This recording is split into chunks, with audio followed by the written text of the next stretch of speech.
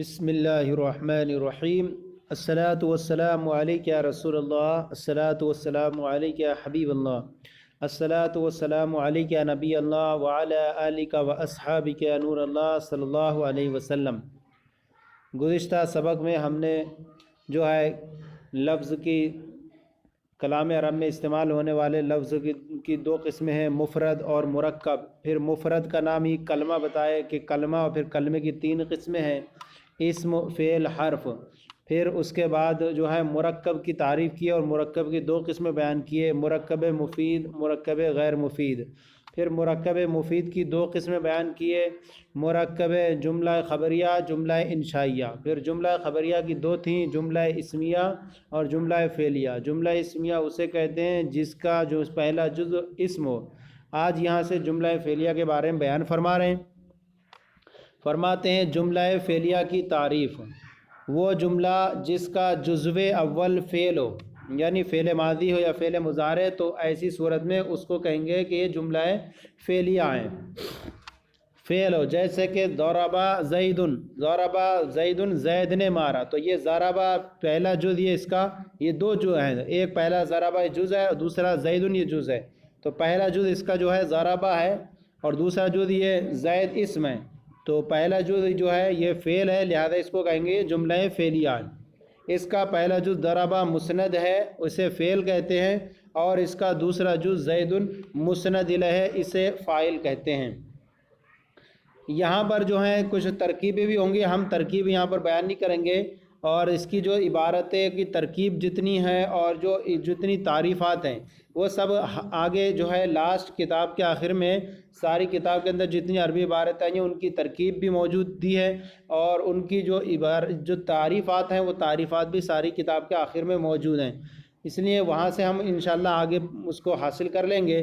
تو یہاں پر کیا فرمایا کہ وہ اس کا پہلا جز ضربا مسند ہے، اسے فعل کہتے ہیں، اور دوسرا جز مسند زید مسند الیہ سے فاعل کہتے ہیں۔ فائدہ بیان فرما رہے ہیں، مسند حکم کو کہتے ہیں، اور مسند الیہ وہ ہے جس پر حکم لگایا جائے۔ یعنی مسند کیا ہوتا ہے؟ حکم ہوتا ہے، اور مسند الیہ وہ ہوتا ہے جس پر حکم لگایا جائے۔ تو جس پر حکم لگایا جائے گا اسے مسند الیہ کہیں گے، اور جو حکم لگایا جائے گا وہ کیا ہوگا؟ مسند ہوگا۔ جیسے کہ ضرب زیدن والی مثال میں آپ دیکھیں کہ یہاں پر زید کے اوپر مارنے کا حکم لگایا گیا ہے، تو زید جو ہے یہ مسند الیہ ہے، اور ضرب یہ مسند ہے کیونکہ یہ حکم لگایا جا رہا مارنے کا زید کے اوپر۔ اور دوسری بات یہاں بیان فرما رہے ہیں، اسم مسند اور مسند الیہ دونوں بن سکتا ہے، لہذا کلام کے اندر اگر دو اسم ہیں تو وہ جملہ تام ہو جائے گا اور وہ مخاطب کو فائدہ تامہ بھی دے گا، کیونکہ دو اگر اسم ہیں تو پہلے والے اسم کو ہم مسند الیہ بنا لیں اور دوسرے والے کو مسند بنا لیں، اور ان دونوں سے جملہ تام ہو جاتا ہے۔ لیکن فعل جو ہوتا ہے وہ صرف مسند بنتا ہے، مسند الیہ نہیں ہوتا، اور کلام تام جو ہے وہ مسند سے نہیں ہوتا بلکہ دونوں کی ضرورت پڑتی ہے، جبکہ کلام کے اندر مسند بھی ہو اور مسند الیہ بھی ہو۔ اور فعل جو ہے، حرف جو ہے، نہ مسند ہوتا ہے نہ مسند الیہ ہوتا ہے، اس لیے مصنف نے جو ہے حرف کی تقسیمات بیان نہیں فرمائی، کیونکہ حرف اپنے معنی میں محتاج ہوا کرتا ہے۔ فرماتے ہیں مسند حکم کہتے ہیں، اور مسند الیہ وہ ہے جس پر حکم لگایا جائے۔ اسم مسند اور مسند الیہ دونوں بن سکتا ہے، فعل مسند بنتا ہے، مسند الیہ نہیں بنتا، جبکہ حرف نہ مسند بنتا ہے اور نہ مسند الیہ۔ یہاں دو ہو گئیں جملہ اسمیہ، جملہ فعلیہ، جملہ خبریہ کی دو قسمیں ہو گئیں، جملہ اسمیہ، جملہ فعلیہ۔ اب جملہ انشائیہ کی تعریف و جملہ انشائیہ کی قسمیں بیان کر رہے ہیں۔ نمبر 2، جملہ انشائیہ کی تعریف، وہ جملہ جس کے بولنے والے کو سچا یا جھوٹا نہ کہا جا سکے، جیسے اضرب۔ جملہ انشائیہ کی تعریف یہ ہے کہ وہ جس کے بولنے والے کو سچا یا جھوٹا نہ کہہ سکے اسے جملہ انشائیہ کہتے ہیں، اور جملہ خبریہ وہ جس کے بولنے والے کو سچا یا جھوٹا کہا جا سکتا ہو، جیسے اضرب تو مار۔ تو اضرب تو مار یہ ایک جملہ انشائیہ ہے، اور اس کے اندر جو ہے حکم دیا جا رہا ہے کہ مارنے کا، لہذا اس کو نہ سچا کہہ سکتے ہیں نہ جھوٹا، کیونکہ سچا اور کہے جانے کے لیے کوئی چیز جو ہے پہلے پائی جائے۔ اور یہاں پر جو ہے جملہ یہ انشائیہ اسے کہتے ہیں کہ اثبات ما لم یکن قبل ذالک، یعنی ایسی چیز کو ثابت کرنا جو پہلے سے موجود نہ ہو۔ اب یہاں جملہ انشائیہ کی اقسام بیان فرما رہے ہیں۔ جملہ انشائیہ کی 10 قسمیں ہیں۔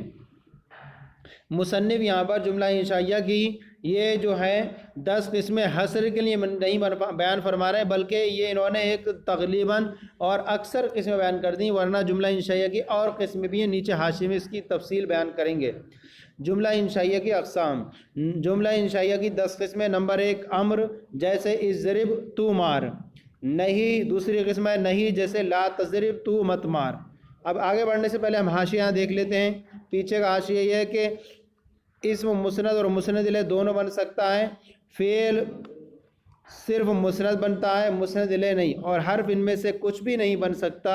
اس لیے جملے کی صرف 2 قسم ہوئیں، جملہ اسمیہ اور جملہ فعلیہ۔ جملہ حرفیہ نہیں ہوگا۔ اب یہاں آیا امر اضرب تو مار، اس جملے میں مخاطب سے مارنے کا مطالبہ کیا گیا ہے، ایسے جملے کو جملہ انشائیہ کہتے ہیں۔ مصنف نے جملہ انشائیہ کی 10 قسمیں بیان کی ہیں۔ دیکھ رہے ہیں آپ، جملہ انشائیہ کی 10 قسمیں بیان کی ہیں۔ امر، نہیں، استفہام، تمنی، ترجی، عقود، ندا، عرض، قسم اور فعل تعجب، یہ 10 قسمیں، جبکہ اس کے علاوہ بھی انشاء کی بعض قسمیں، مثلا افعال مدح و ذم، انشاء مدح و ذم کے لیے، تو یہ قسمیں بھی ہیں۔ اس کو مصنف نے نہیں بیان فرمایا تو جواب دے رہے ہیں، لہذا کتاب میں 10 قسموں کا ذکر حصر کے لیے نہیں، یعنی حصر کے لیے نہیں کہ اب اتنی قسمیں ہیں، بلکہ ان کے علاوہ بھی قسمیں مصنف نے جو ہے اکثر کو بیان کر دیا، اور اس کے علاوہ جو ہوں گی وہ بھی ہیں تو وہ بھی اس میں شامل ہو جائیں گی۔ تو اب یہ اعتراض نہ کیا جائے کہ اس کے علاوہ بھی کس مصنف نے کیوں بیان کی، ایک جو ہے بس للاکثر حکم القیہ کے تحت اکثر کو بیان کر دیا، اور باقی اگر رہتی ہیں تو وہ بھی اسی میں شامل ہیں۔ اب یہاں پر امر کی تعریف بیان فرما رہے ہیں نیچے۔ امر کسے کہتے ہیں؟ امر کی تعریف، امر وہ فعل جس کے ذریعے فاعل مخاطب سے کام کرنے کا مطالبہ کیا جائے، جس کے ذریعے سے فاعل مخاطب سے کام کرنے کا مطالبہ کیا جائے۔ مثلا یہ کہا جائے اضرب تو مار، تو یہاں پر فاعل مخاطب جو ہمارا مخاطب ہے اس سے یہ بات طلب کی جا رہی ہے کہ یہ مارنے کا کام کرے اور یہ مارے، تو اسے کہتے ہیں امر۔ اب آئیے اگلے صفحے میں یہاں چلتے ہیں۔ اگلے صفحے میں ہے استفہام، تیسری قسم ہے جملہ انشائیہ کی استفہام۔ استفہام کسے کہتے ہیں؟ جس میں کسی کے ذریعے سوال کیا جاتا ہے، جس کے ذریعے کوئی بات پوچھی جاتی ہے۔ استفہام کی تعریف یہاں دے رہے ہیں۔ استفہام وہ جملہ جس کے ذریعے کوئی بات پوچھی جائے، جیسے حل ضرب زید، کیا زید نے مارا، کیا زید نے مارا، تو یہاں پر ایک سوال کیا جا رہا ہے، کوئی بات پوچھی جا رہی ہے کسی سے سامنے والے سے کہ زید نے مارا۔ تو یہ آپ کی جو ترکیب ہے ان سارے جملوں کی وہ آخر میں کتاب میں موجود ہیں، ہم اگر ترکیب یہاں درمیان میں کریں گے تو اصل سبق میں جو ہو جائے گا اختلاط ہو جائے گا اور سمجھ میں نہیں آئے گا۔ تو تیسری قسم ہوئی استفہام، جیسے حل ضرب زید، کیا زید نے مارا۔ چوتھی قسم ہے تمنی۔ تمنی کی تعریف یہاں پہ دیکھیے، تمنی کی تعریف وہ جملہ جس کے ذریعے آرزو کا اظہار کیا جائے، جیسے لیتا زیدن حاضر، کاش زید حاضر ہوتا، کاش زید حاضر ہوتا، جس کے ذریعے آرزو یہاں پر اظہار کر رہا ہے، کاش زید حاضر ہوتا۔ اب تمنی کی تعریف لیتا زیدن حاضر، کاش زید حاضر ہوتا۔ ایک تمنی، اچھا تمنی میں جو ہوتا ہے، تمنی جو ہوتی ہے ممکن کی بھی ہوتی ہے اور غیر ممکن کی بھی ہوتی ہے، یعنی جو چیز حاصل ہو سکے اس کی بھی تمنا کر سکتے ہیں، اور جو چیز حاصل نہ ہو سکے اس کی بھی تمنا کر سکتے ہیں تمنی۔ جیسے آپ نے کہا لیتا زیدن حاضر، کاش زید حاضر ہوتا، اسی طرح کہے لیتا شباب یعود، کاش جوانی لوٹ آتی، تو جوانی لوٹنے والی نہیں، یہ ممکن چیز ہے ہی نہیں، یہ ممکن ہے ہی نہیں، تو لہذا اس کی بھی تمنا اس میں کر سکتے ہیں۔ نمبر 5 ہے جملہ انشائیہ میں ترجی۔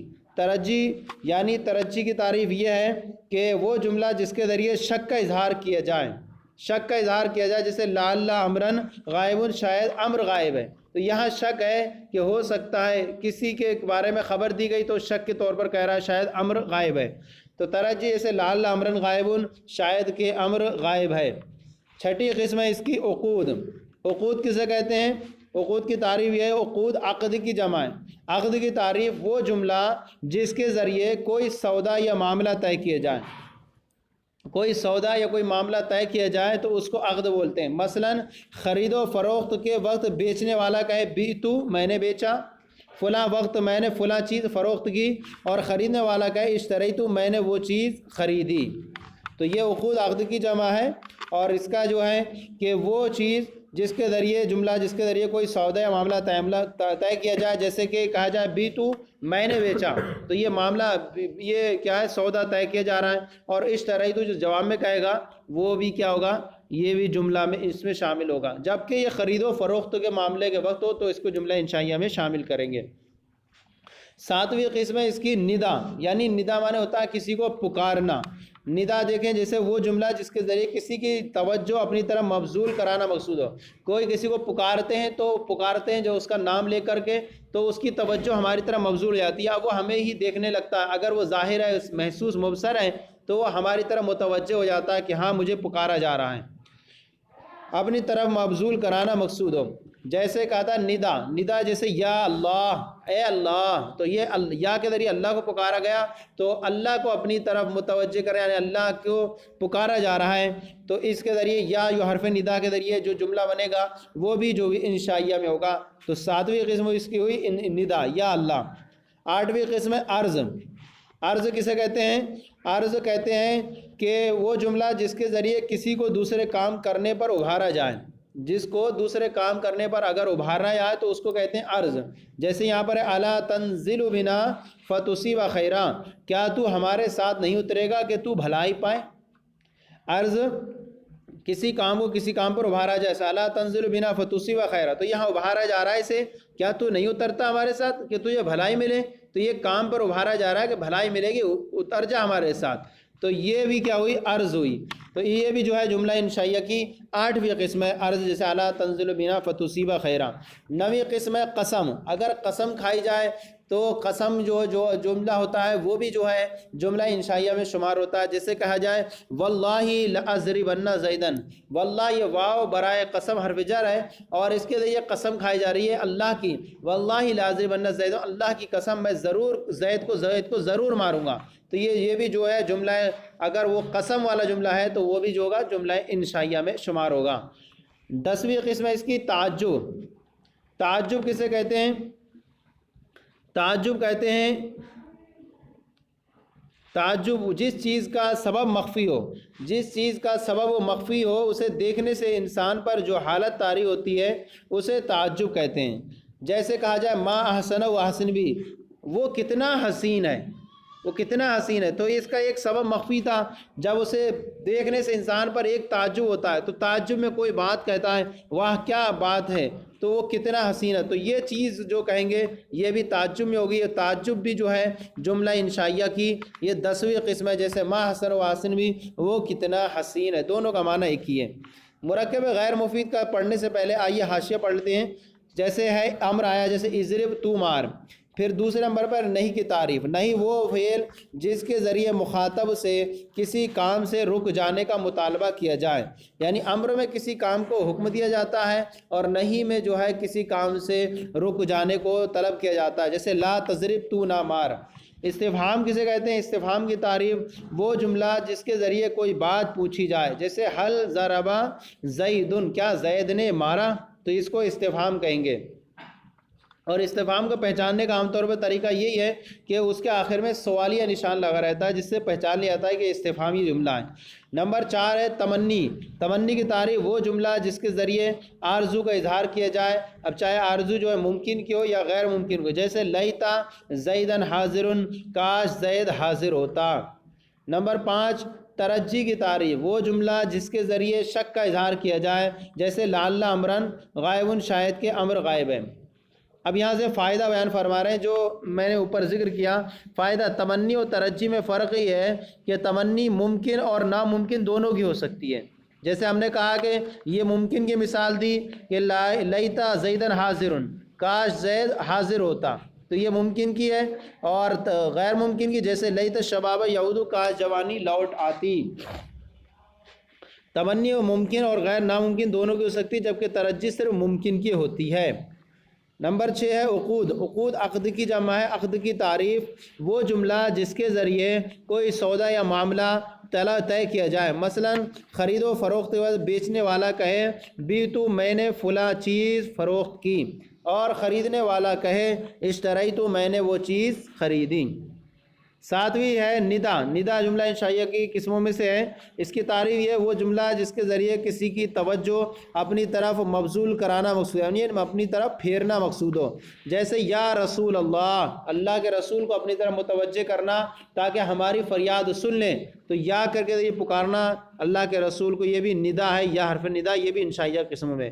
فائدہ بیان فرما رہے اس میں رسول خدا عز و جل و صلی اللہ علیہ وسلم کی طرف توجہ اپنی طرف کرانا مبذول کرانا مقصود ہے یا رسول اللہ میں، تاکہ حضور علیہ السلام اپنی توجہ سے ہمارے بگڑے کاموں کو بنا دیں۔ اس لیے یہاں جواب ندا نہیں لاتے کہ زبان حال سب کچھ بتا رہی ہے، جواب ندا نہیں لاتے، بلکہ تاکہ زبان حال سب کچھ بتا رہی ہے کہ ہماری حالت کیا ہے۔ تو اب یہ نہیں کہتے کہ جواب ندا کہ یا رسول اللہ میری یہ ہے میری یہ ہے، بلکہ یہاں کہہ دیے تو بتا رہی ہے کہ ہماری حالت بگڑی ہوئی ہے اور رسول پاک ہم پر متوجہ ہوں، توجہ فرمائیں۔ آٹھویں قسم ہے عرض۔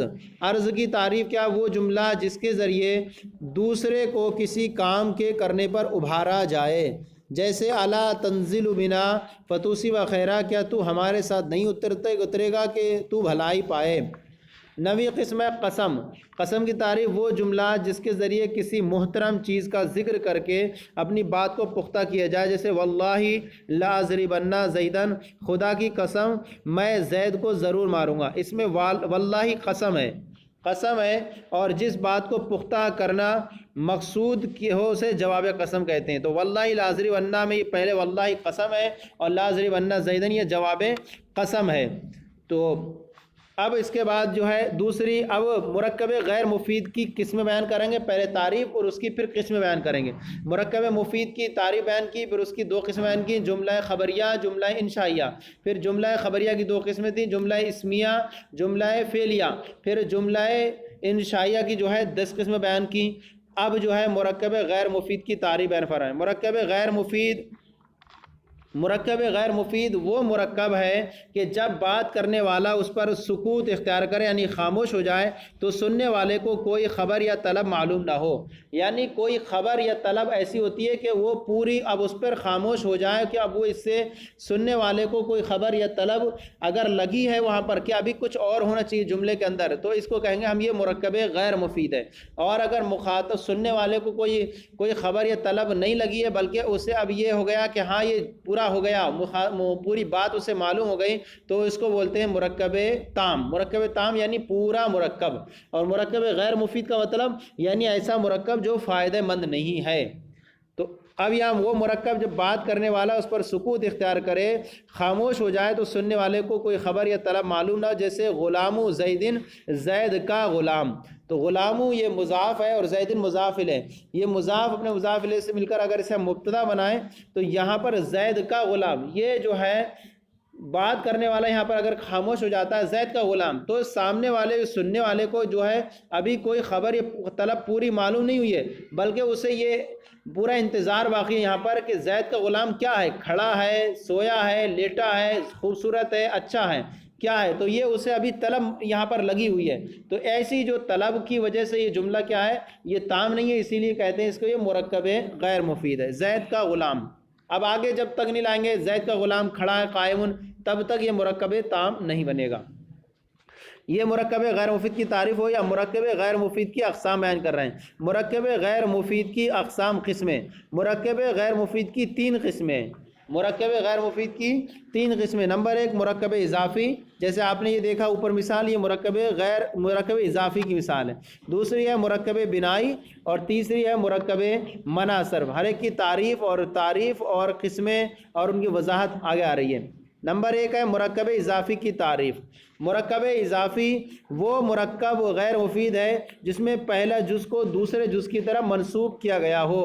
مرکب غیر مفید جس میں پہلے جز کو دوسرے جز کی طرف منسوب کیا گیا ہو، جیسے کہ غلام زیدن، اس میں جو ہے پہلے جز کو اس کے جزو اول کو مضاف اور جزو ثانی کو مضاف الیہ کہتے ہیں۔ تو اس میں دیکھیں کہ پہلا جز یہ غلام ہے، دوسرا جز زید ہے، اس میں پہلے جز کو غلام کو زید کی طرف منسوب کیا گیا اور یہ بتایا گیا کہ غلام کس کا ہے، یعنی زید کا ہے، تو زید کی طرف اس کی نسبت کر دی گئی غلام ہونے کی، ورنہ ایسے تھا کہ غلام، لیکن یہاں جب کر دی گئی تو یہاں پر کیا ہو گیا، یہ زید کی طرح منسوب ہو گئی تو پہلا جو ہوتا ہے مضاف ہوتا ہے اور دوسرا یہ مضاف الیہ ہوتا ہے۔ عربی کے اندر جو ہے مضاف پہلے آتا ہے، مضاف الیہ بعد میں آتا ہے، جبکہ اردو کے اندر مضاف الیہ پہلے آتا ہے اور مضاف بعد میں آتا ہے۔ اسی لیے جو ہے ترجمہ کرتے وقت ہم جو ہے کرتے ہیں زید کا غلام، لکھتے پہلے ہیں غلام الزیدین لیکن ترجمہ کرنے میں زید کا غلام کرتے ہیں۔ تو یہ ہوا اس کے جزء اول کو مضاف اور جزء ثانی کو مضاف الیہ کہتے ہیں۔ آئیے یہاں پر جو ہے حاشیہ پڑھ لیں آگے چلنے سے پہلے کہ وہاں پر فرمایا تھا قسم کے بارے میں تعجب رہ گیا تھا۔ جملہ انشائیہ کی قسموں میں سے 10ویں قسم سی تعجب، جس چیز کا سبب مخفی ہو اسے دیکھنے سے انسان پر جو حالت طاری ہو اسے طاری ہوتی ہے اسے تعجب کہتے ہیں۔ جیسے ما احسنہ و احسن بھی، دونوں کا معنی ہے وہ کتنا حسین ہے۔ فائدہ بیان فرما رہے ہیں چونکہ انشاء کا معنی ہے کسی ایسی چیز کو وجود میں لانا جو موجود نہ ہو، اور جو انشاء کا معنی جو ہے اثبات معلوم یکن قبل ذالک، ایسی چیز کو ثابت کرنا جو پہلے سے موجود ہے، معلوم یکن موجودا قبل ذالک، جو پہلے سے موجود نہ ہو۔ تو مذکورہ جتنی بھی قسمیں ہوئیں جملہ انشائیہ کی بالا قسموں میں یہ بات پائی جاتی ہے کہ وہ پہلے سے موجود نہیں ہوتی، لہذا ان تمام اقسام میں بھی طلب بھی پائی جاتی ہے۔ جیسے قسم میں مطالبہ ہے کہ میری بات پر یقین ہو جائے، عرض میں مطالبہ ہے کہ میری بات مانی جائے، تعجب میں مطالبہ ہے کہ سامع بھی اس پر تعجب کرے۔ یہ اتنا ہوا۔ اب یہاں ایک فائدہ بیان فرما رہے ہیں عمر اور عمر میں کیا ہے فائدہ۔ عربی میں لفظ عمر اور عمر میں فرق کرنے کے لیے عمر کے بعد واو لکھی جاتی ہے۔ کسی کو اگر بولنا ہو میرے پاس جا عمر، میرے پاس عمر آیا، اور عبارت پر اعراب تو ہوتا نہیں زیادہ تر عربی کے اندر، تو کہا گیا کہ جا عمر اور جا عمر۔ اب یہاں ہمیں پہچاننا کیسے کہ عمر ہے یہ کہ عمر ہے، تو آسان طریقہ یہ ہے کہ جس کے آخر میں واو لکھا رہے گا وہ عمر ہوگا، اور جس کے آخر میں واو نہیں ہوگا وہ عمر پڑھا جائے گا۔ عربی میں لفظ عمر اور عمر میں فرق کرنے کے لیے عمر کے بعد واو لکھی جاتی ہے، عمر کے بعد واو لکھی جاتی ہے، جو پڑھنے میں نہیں آتی، صرف دیکھنے میں آتی ہے، جس سے پتہ چلتا ہے کہ یہ عمر ہے۔ پھر ایک اور فائدہ بیان فرما رہے ہیں، خیال رہے کہ جار مجرور ہمیشہ کسی فعل یا شبہ فعل کے متعلق ہوتے ہیں، جو کبھی کلام میں مذکور ہوتے ہیں اور کبھی محذوف۔ اگر مذکور ہو تو جار مجرور کو ظرف لگ، اور اگر محذوف ہو تو جار مجرور کو ظرف مستقر کہتے ہیں۔ یہاں جو ہے دیکھیں جار مجرور کا متعلق اگر عبارتوں میں موجود ہو تو اس کو ظرف لگ، اور اگر عبارت میں موجود نہ ہو تو اس کو ظرف مستقر کہتے ہیں۔ اب جو ہے متعلق کبھی جو ہوتا ہے محذوف ہوتا ہے اور کبھی مذکور ہوتا ہے۔ اب فعل یہ شبہ فعل سے متعلق ہوتے ہیں، جیسے کہ آپ کہیں کتبت بالقلم، میں نے قلم سے لکھا، تو یہاں پر بالقلم یہ جار مجرور سے مل کر کے متعلق ہے قلم سے، کتبت سے، اور کتبت یہاں اس کا جار مجرور کا متعلق عبارت میں یہ فعل موجود ہے تو اس کو ہم کہیں گے کتبت سے متعلق ہے ظرف لگ۔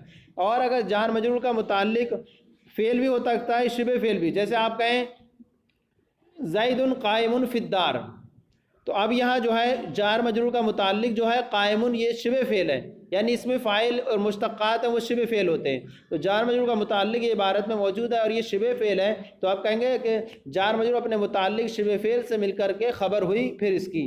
اور اگر عبارت میں موجود نہ ہو جار مجرور کا متعلق تو ایسی صورت میں اسے کہیں گے ہم یہ ظرف مستقر ہے، جیسے کہ ہم کہیں فی الدار زیدن فی الدار، گھر میں زید ہے، تو زید یہ گھر میں ہے، تو اب یہاں جار مجرور کا متعلق عبارت میں موجود نہیں ہے، نکالنا پڑے گا ہمیں زید ثابت فی الدار، زید گھر میں ثابت ہے، تو ہم اس کو کہیں گے کہ یہ جو ہے ظرف مستقر ہے، ظرف لا۔ اور اگر محذوف ہو تو جار مجرور کو ظرف مستقر کہتے ہیں۔ غلام زیدن آیا یہاں پر غلام زیدن، اس سے سننے والے کو نہ کوئی اطلاع ملی ہے اور نہ اسے یہ معلوم ہوا کہ مجھ سے کچھ طلب کیا جا رہا ہے، لہذا صرف اتنا کہہ کر خاموش ہو جانا متکلم کے لیے یعنی بات کرنے والے کے لیے درست نہیں ہے۔ اس لیے اس طرح کے مرکبات کو مرکب غیر مفید، مرکب ناقص اور مرکب غیر کلامی بھی کہتے ہیں۔ اس کے کئی نام ہو گئے، یعنی اس سے جو ہے مخاطب کو کوئی نہ تو فائدہ ملتا ہے اور نہ ہی کوئی اسے یہ پتہ چلتا ہے کہ مجھ سے کوئی طلب کیا جا رہا ہے جب تک اس کے بعد کوئی چیز نہ کہی جائے، تو یہ ایسا جو مرکب ہے مرکب ناقص ہے۔ دوسری بات یہ یاد رکھیں کہ مضاف جو ہوتا ہے اس پر تنوین اور الف لام نہیں آتا، مضاف الیہ پر تنوین بھی آ جاتی ہے اور الف لام بھی آ جاتا ہے، لیکن بیک وقت مضاف الیہ پر دونوں چیزیں نہیں آ سکتی۔ اب یہاں پر جو ہے ہم نے پڑھا اس کے پہلے جز کو مضاف اور دوسرے جز کو مضاف الیہ کہتے ہیں، جیسے اور مضاف الیہ ہمیشہ مجرور ہوتا ہے، مضاف الیہ ہمیشہ مجرور ہوتا ہے، جیسے کہ آپ نے دیکھا غلام و زیدن کے اندر غلام مضاف ہے اور زیدن مضاف الیہ ہے، اور زیدن پر جو ہے تنوین دو کسروں کی صورت میں ہے جو مجرور ہے۔ تنوین دو زبر دو زیر دو پیش کو کہتے ہیں، تو تنوین یہاں پر آئی دو زیر کی صورت میں، اور مضاف الیہ ہمیشہ مجرور ہوتا ہے۔ اب یہ الگ بات ہے کہ اب اگر مضاف الیہ پر تنوین اور الف لام آتے ہیں، لیکن یہ دونوں متضاد ہیں ایک دوسرے کے، جہاں الف لام آئے گا وہاں تنوین نہیں آئے گی، اور جہاں تنوین آئے گی وہاں الف لام نہیں آئے گا۔ جیسے آپ نے دیکھا غلام الزیدین میں یہاں تنوین ہے تو الف لام نہیں آئے گا، جیسے غلام الرجل آپ کہیں مرد کا غلام، تو وہاں الف لام آ گیا، اب رجل کے لاسٹ میں تنوین نہیں آ سکتی، لیکن اگر الف لام کو ہٹائیں گے تو ہم کہیں گے غلام رجل۔ تو یاد رکھیں کہ دونوں ایک ساتھ نہیں آ سکتے، ہاں الگ الگ طور پر آ سکتے ہیں۔ ایک تعریف ہو گئی مرکب غیر مفید کی، ایک قسم ہو گئی مرکب اضافی، دوسری ہے مرکب بنائی۔ مرکب بنائی کی تعریف وہ مرکب مرکب غیر مفید جس میں دو اسموں کو ملا کر کے ایک کر دیا گیا ہو اور ان میں سے دوسرا اسم کسی حرف کو شامل ہو۔ دو اسموں کو ملا کر کے ایک کر دیا گیا، حالانکہ وہ دونوں الگ الگ تھے لیکن دونوں کو ملا کر کے ایک کر دیا گیا، اب دونوں ایسے شمار ہوتے ہیں گویا کہ ایک کلمہ ہے۔ جیسے ہم کہیں احدہ عشرہ، احدہ عشرہ، احدہ مانے ایک تھا، احد مانے ایک تھا، اور عشر مانے 10، دونوں کو ملا کر کے ایک جملے کلمہ بنا دیا گیا، اور دونوں اسموں کو ملا کر کے ایک بنا دیا گیا، اور اب کہا جاتا ہے کہ 11۔ اسی طرح سے 11 سے لے کر 19 تک آ جائیں تو دونوں کو ملا کر کے ایک کلمہ بنا دیا گیا، تو اب اس کو ہم کہیں گے کہ یہ بھی مرکب بنائی ہے۔ جیسے احدہ عشرہ سے تسعۃ عشرہ، جو اصل میں احد و عشرن اور تسعۃ و عشرن تھے، واو کو حذف کر دیا درمیان سے، اور اس واو کو حذف کرنے کے بعد اور دونوں کی جو تنوین تھی وہ حذف کر دی، دونوں جو فتح پر مبنی ہیں۔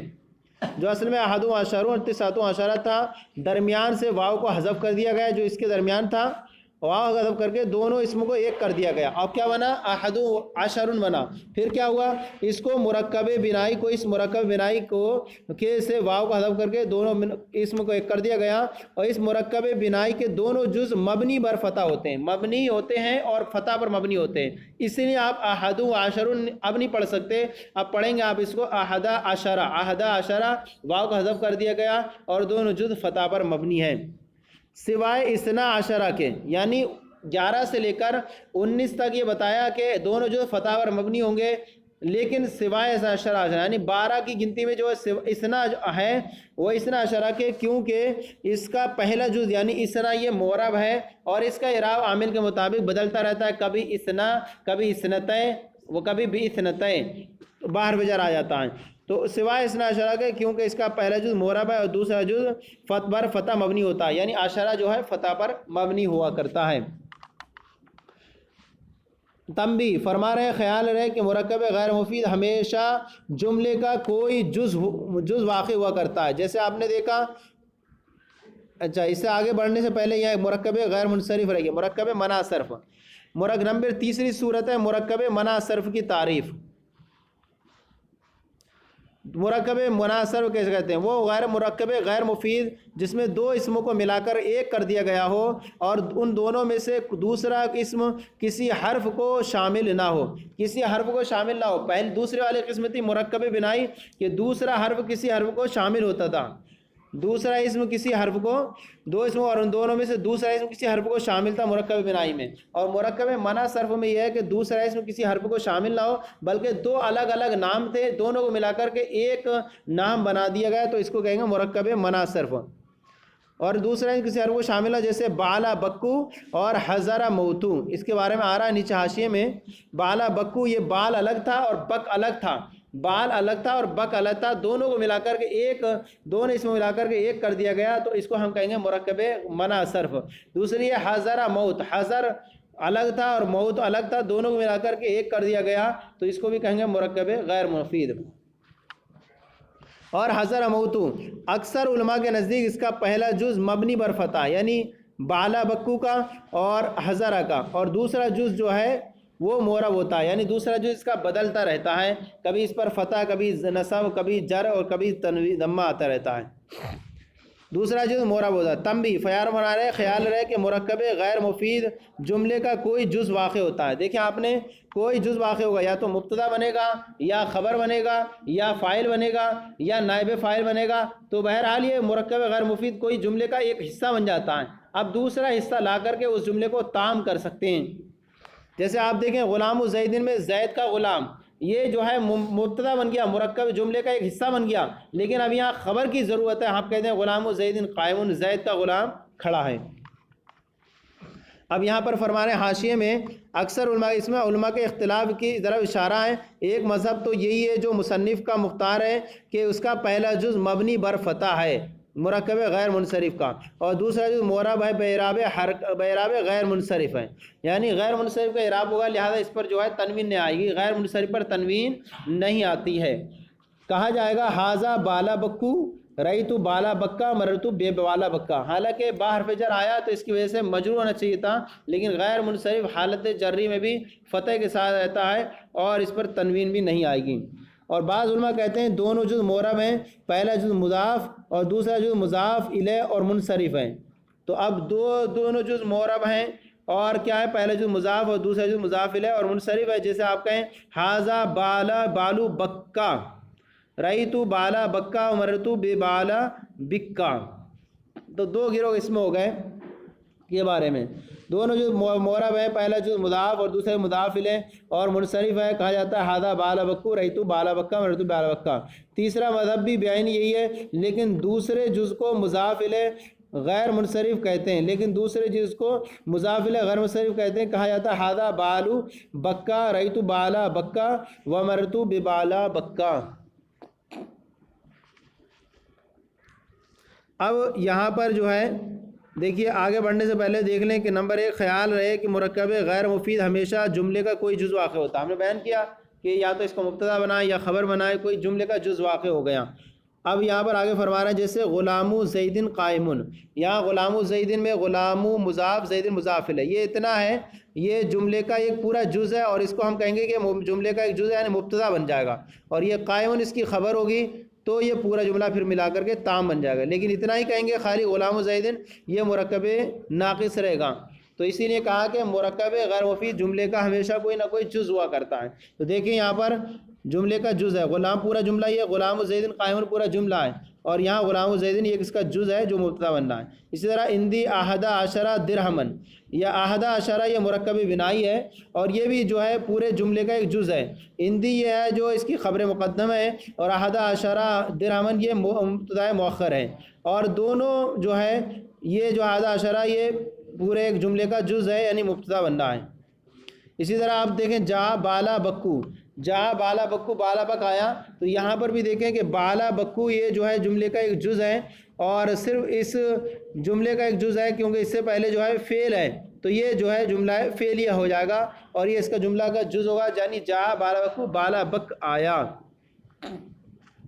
اب فرما رہے ہیں کوئی بھی جملہ دو کلموں سے کم پر مشتمل نہیں ہوتا، کوئی بھی جملہ دو کلموں سے کم پر مشتمل ہے، دو کلموں سے اگر کم جملے ہیں تو اس کے اندر وہ جو ہے ہمیں وہ کلمہ نہیں کہلائے گا۔ کوئی بھی جملہ دو کلموں سے کم پر مشتمل نہیں ہوتا، خواہ وہ دونوں کلمے لفظاً ہو، جیسے ضرب زیدن، آپ دیکھ رہے ہیں کہ لفظاً یعنی لفظوں میں ظاہر ہیں، ضرب ایک کلمہ ہے، زیدن دوسرا کلمہ ہے، تو اس کو ہم کہیں گے کہ یہ ضرب زیدن یہ دو کلمے ہیں، اور یہ کوئی بھی جملہ دو کلموں سے کم پر مشتمل نہیں ہوتا، خواہ دونوں کلمے لفظاً ہو، جیسے ضرب زیدن دونوں لفظاً ہیں، اور زید قائمن یہ پہلا جملہ فعلیہ ہے اور دوسرا جملہ اسمیہ ہے، یا ان میں سے ایک لفظاً ہو دوسرا تقدیراً ہو، جیسے کہ اضرب، اضرب دیکھیں یہاں اضرب پہلا جو ہے پہلا کلمہ یہ لفظاً ہے اضرب، اور اس کے اندر جو پوشیدہ انتا ہے وہ دوسرا اس میں ایک کلمہ ہے تو یہ اضرب ہے، اور دوسرا کلمہ انتا ضمیر ہے جو اس کے اندر اضرب کے اندر پوشیدہ ہے۔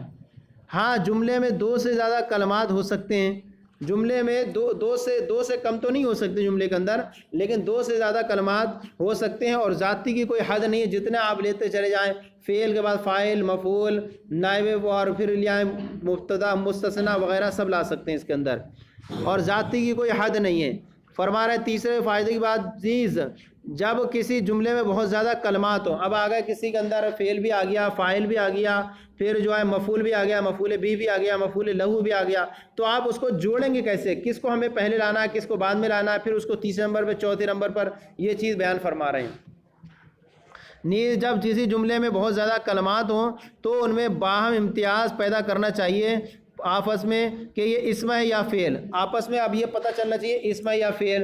فعل ہے تو جملہ فعلیہ بنانے کے لیے فعل پہلے آتا ہے، اسم ہے تو اسمیہ بنانے کے لیے اسم پہلے آتا ہے، تو ان میں باہم امتیاز کرنا چاہیے کہ اسم ہے، فعل ہے یا حرف۔ اسی طرح دیکھنا چاہیے کہ معرب ہے یا مبنی، تو اس پر ہمیں اعراب کیسے لانا ہے۔ معرب ہے تو اعراب دو دبر کی صورت میں بھی آ سکتا ہے، مبنی ہے تو وہ ایک صحیح رہے گا۔ معرب ہے مبنی، عامل ہے یا معمول، عامل بن رہا ہے کیا معمول، تو یہ بھی ساری چیزیں اس کے اندر ہوتی ہے۔ عامل ہے یا معمول، نیز سمجھنا چاہیے کہ کلمات کو آپس میں کیا تعلق ہے، کلمات کا آپس میں کیا تعلق ہے، مثلا کیا ہے، فعل ہے، پھر فاعل ہے، پھر مفعول ہے، ان کا ایک تعلق ہے کہ فاعل جو ہوتا ہے، فعل جو ہے آپس میں ایک تعلق ہوا کرتا ہے ان کا، فعل، فاعل اور مفعول کا۔ فعل ہوگا تو فاعل، فاعل ہوگا تو فعل پایا جائے گا، اور مفعول جس پر کام کسی کا واقع ہو، تاکہ کلمات کا آپس میں تعلق ہو، تاکہ مسند لے کا پتہ چل سکے۔ کیونکہ جب تک ہم یہ چیزیں جانیں گے تو ہم فعل کو کہیں مسند نہ بنا دیں، کیوں آپ کو پتہ ہی ہے کہ فعل جو ہے صرف مسند بنتا ہے، اور جملے کا معنی اور مطلب جو ہے تحقیقی طور پر معلوم ہو سکے، یہ اس لیے جو ہے اس کی ضرورت پڑتی ہے۔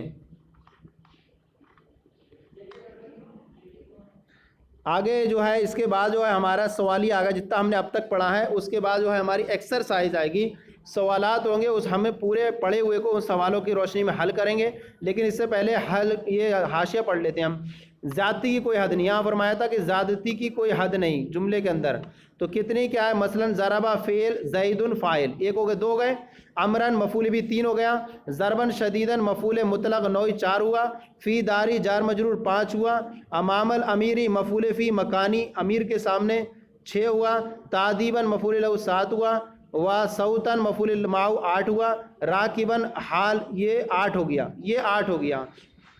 بلکہ اس کو ہم کہیں کہ نو اجزاء پر مشتمل ہے، کہیں گے کیا، ضربہ ایک، زیدن دو، امرن تین، ضربن شدیدن چار، فی دارہی چھ ہو گئے، اس طور جار مجرور ہے اس طور ہے، اور امام الامیر سات، اس کے اندر یہ پھر یہ تدیباً آٹھ، صوتاً سات اور صوتاً آٹھ، اور راکباً نو، یہ نو جز ہو گئے۔ یہ جملہ نو اجزاء پر مشتمل ہے، آخر سے ایک ایک جز کم کرتے جائیں تو آٹھ، سات اور چھ اجزاء پر مشتمل جملے کی مثالیں بنتی چلی جائیں گی۔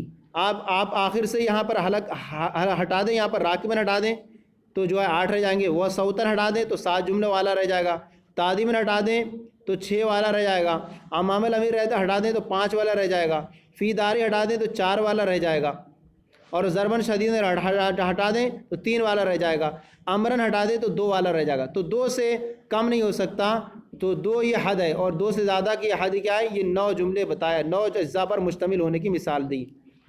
اب اس کا جو ہے یعنی ترجمہ کیا ہوگا اس کا، زید نے عمر کو سخت مار ماری اپنے گھر میں، زید نے عمر کو اپنے گھر میں امیر کے سامنے ادب دینے کے لیے، یعنی ڈنڈے سے سوار ہونے کی حالت میں جو ہے سخت مار ماری۔ تو کیا ہوا، پتہ چلا آپ کو کہ جملے کے کم سے کم دو اجزاء تو اس سے کم نہیں ہونا چاہیے، اور زیادہ کوئی حد نہیں، یاد آتا ہی آپ کے سامنے بیان کیے کہ نو جو ہے اجزاء اس پر، آخر سے ایک ایک جز کم کرتے جائیں تو آٹھ، سات اور چھ اجزاء پر مشتمل جملے کی مثالیں بنتی جائیں گی، یہاں تک کہ صرف دو جز رہ جائیں گے، جیسے آپ کہیں ضرب زیدن۔ جملے میں اگر دو سے زیادہ اجزاء ہوں تو چند امور خاص طور پر قابل غور ہوں گے، زیادہ حد اجزاء ہوں جیسے کہ آپ نے دیکھا کہ زید بھی ہے، فعل ہے، فاعل ہے، مفعول ہے وغیرہ، اگر دو سے اجزاء ہوں تو چند امور خیال قابل غور ہوں گے، مثلا ایک ہر جز کے بارے میں معلوم ہونا چاہیے کہ اسم ہے یا فعل یا حرف، جیسے کہ آپ نے یہ دیکھا ضربہ، تو آپ کو اس کے بارے میں پورے معلوم ہونا چاہیے کہ یہ اسم ہے یا فعل یا حرف، تو آپ نے دیکھا کہ ہاں یہ ضربہ فعل ہے، پھر آپ کو معلوم ہونا چاہیے کہ معرب ہے یا مبنی، تو آپ کو یہ دیکھا کہ یہ ضربہ جو ہے مبنی ہے کیونکہ مبنی ہے، پھر عامل ہے کہ یا معمول، تو آپ نے دیکھا کہ ضربہ نہیں ہے، عامل ہے، معمول نہیں ہے، پھر کلمات کو آپس میں تعلق کیا ہے، کیا مطلب ہے، کیسے کیسے ہیں، تاکہ مسند اور مسند الیہ کا پتہ چل سکے. کیونکہ تعلق جب تک نہیں پتہ چلے گا ہمیں تو ہمیں کیسے ہم، کیونکہ فاعل کسے کہتے ہیں، مفعول کسے کہتے ہیں، تو ہم یہ یعنی کہیں ہم جو ہے نائب ہم جو ہے مسند کو فاعل بنا دیں تو گڑبڑ ہو جائے گا. اس لیے جب تک تعلقات معلوم نہیں ہوں گے تو پھر وہ ترکیب کرنے میں بھی دشواری ہوگی. کلمات کا آپس میں کیا تعلق ہے تاکہ مسند اور مسند الیہ پتہ چل سکے اور جملے کا معنی صحیح طور پر معلوم ہو جائے. کیونکہ جب تک آپ کو تعلق معلوم نہیں ہوگا تو آپ جملے کا صحیح طور پر ترجمہ بھی نہیں کر سکیں گے.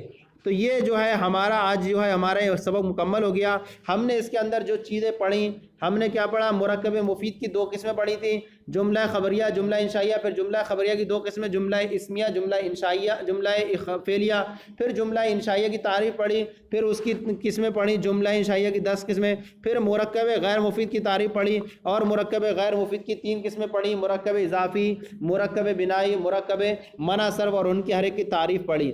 پھر اس کے بعد کچھ فائدہ بیان کیا کہ جملے کے اندر کوئی 2 سے زیادہ، 2 سے کم جملے نہیں ہونے چاہیے، 2 سے زیادہ کلمے نہیں ہونے چاہیے، اور 2 سے زیادہ کی کوئی حد نہیں ہے، 2 سے زیادہ حد نہیں ہے. پھر جیسے آپ کو 9 کی مثال دی، پھر آپ اسے کم کرتے چلے جائیں، کم کرتے چلے جائیں، یہاں تک کہ 2 بچے.